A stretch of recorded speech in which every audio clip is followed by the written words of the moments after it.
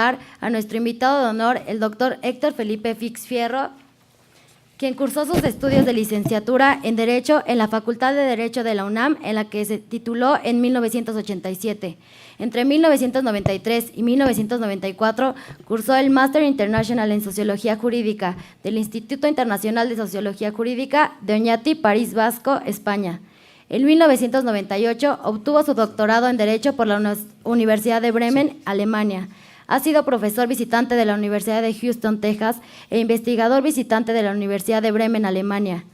Es investigador jurídico de tiempo completo del Instituto de Investigaciones Jurídicas desde 1991 en el área de Sociología del Derecho.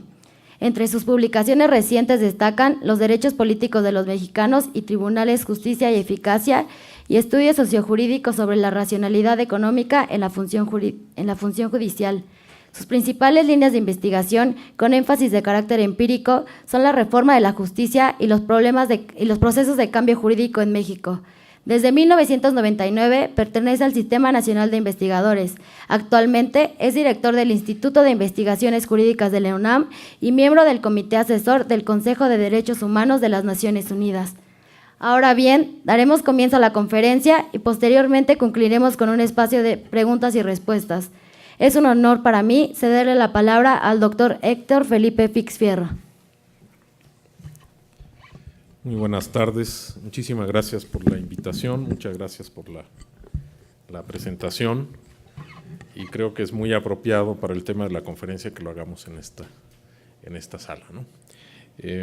Yo lo que quiero es presentarles pues una visión personal de esto que hemos llamado los juicios orales, y que es una etiqueta alrededor de la cual pues se han hecho una serie de cambios que tienen que ver con la justicia penal, pero va mucho más allá también de la justicia penal. Es un tema que empieza a ser de relevancia, como platicaba yo con el doctor Álvarez Ledesma, a quien agradezco muchísimo que se haya tomado el tiempo de estar aquí presente. Espero que lo que diga no decepcione mucho sus expectativas, que también es un tema importante para otras ramas de la justicia familiar, la justicia mercantil. Hay un cambio que deberá entrar en vigor el año próximo, y bueno, pues incluso la justicia laboral, que en alguna medida ya también está en esta línea de los juicios orales, ¿no? Bueno, concretamente la reforma más importante en este sentido, lo saben ustedes muy bien, es la reforma que se publicó el 18 de junio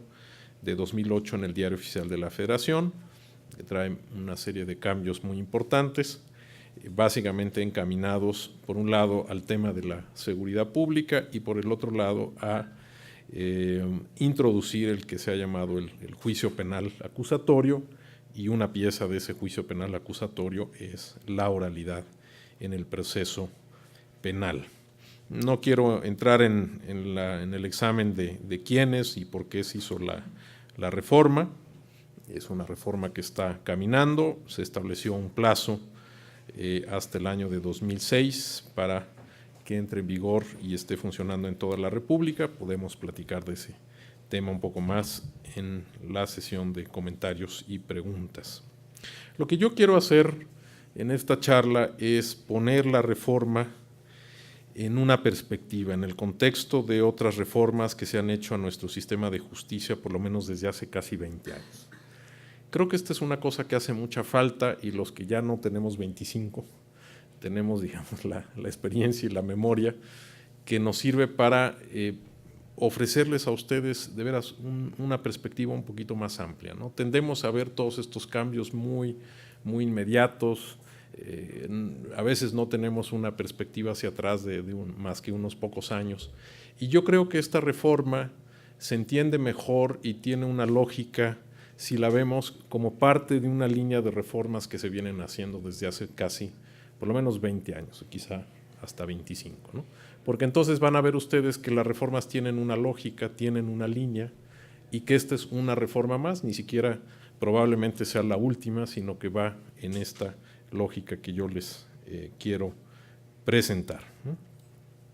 En este sentido, pues no es una reforma que salga de la nada, no se explica nada más por una coyuntura política, aunque fue motivo de una negociación intensa. Ustedes saben muy bien que la reforma esta de 2008, pues en realidad acabó siendo una especie de matrimonio incómodo, ¿no? Y así lo ven algunos colegas, entre las propuestas que hacía el presidente de la República, que tenían que ver básicamente con temas de seguridad pública, y otras propuestas que venían de los legisladores y de algunas organizaciones de la sociedad civil, la Red para los Juicios Orales, que estaba en la idea de introducir los juicios orales, el juicio penal acusatorio. Bueno, al final, como es la política, pues hizo ahí una negociación, como dicen los alemanes, un estira y afloja de, como dicen ellos, dicen algo con las vacas. Pero bueno, al final, pues así es la política, y en fin, no todo el mundo obtuvo todo lo que quería, pero bueno, en principio salió la reforma. Entonces, bueno, antes de empezar, yo creo que sería importante también aclarar, bueno, ustedes siendo estudiantes de la carrera de Derecho, seguramente lo ven y lo entienden, pero pues estrictamente no hay juicios orales. Quizá los únicos juicios orales que son estrictamente orales son los juicios en materia indígena, de derecho indígena, ¿no? Los juicios tradicionales por usos y costumbres, donde pues realmente todo se lleva en una forma oral. Lo que tenemos nosotros en los procesos modernos pues es una combinación de etapas escritas y orales en distintas medidas y en distintos momentos. De lo que se trata en esta reforma pues es poner el centro de gravedad en la oralidad, digamos, en la parte central donde se van a examinar las pruebas, los testimonios y todo lo que permite a los juzgadores llegar a algún tipo de convicción, ¿no? Estamos pensando en una audiencia principal donde se examina propiamente la materia del juicio, como lo vemos en las películas y en la televisión, y eso es lo que es el famoso juicio oral. De todas maneras, pues requieren los procesos siempre alguna etapa y alguna, ¿no? La sentencia pues tiene que ser escrita, se da a conocer de manera oral, como lo ordena ahora el artículo 17, se tiene que explicar a las partes, pero finalmente se necesita que haya una sentencia escrita, fundada y motivada, sobre la cual se pueden interponer recursos y continuar las diversas instancias, ¿no? No es que no haya ninguna medida de oralidad en los procesos en México, pero sí es una oralidad limitada, como es el caso de los procesos laborales, incluso los penales. Hay algunas audiencias que se hacen de manera oral, pero no es única, y el problema es tratar de concentrar la materia de los juicios para que esto sea, digamos, realmente efectivo. Bueno, ya ahora sí entrando en el tema de esta perspectiva que quiero yo presentarles. Bueno, los constituyentes de 1917 crearon un modelo de justicia penal que se mantuvo casi todo el siglo XX, ¿no? Donde el Poder Judicial pues tiene una autonomía formal, pero durante buena parte del siglo XX también pues había una subordinación política real al Poder Ejecutivo, ¿no? Esto para ustedes ya es historia, pero nosotros los que no somos tan jóvenes, todavía nos tocó parte de ese modelo presidencialista, pues a veces casi aplastante. No es que el Poder Judicial no tuviera ninguna independencia, sí había una independencia, pero todo el mundo sabía que había límites y que había temas sensibles en los que posiblemente el Poder Judicial no podía ser todo lo independiente que quisiera. Y lo mismo sucedía mucho a nivel de los estados de la República, ¿no?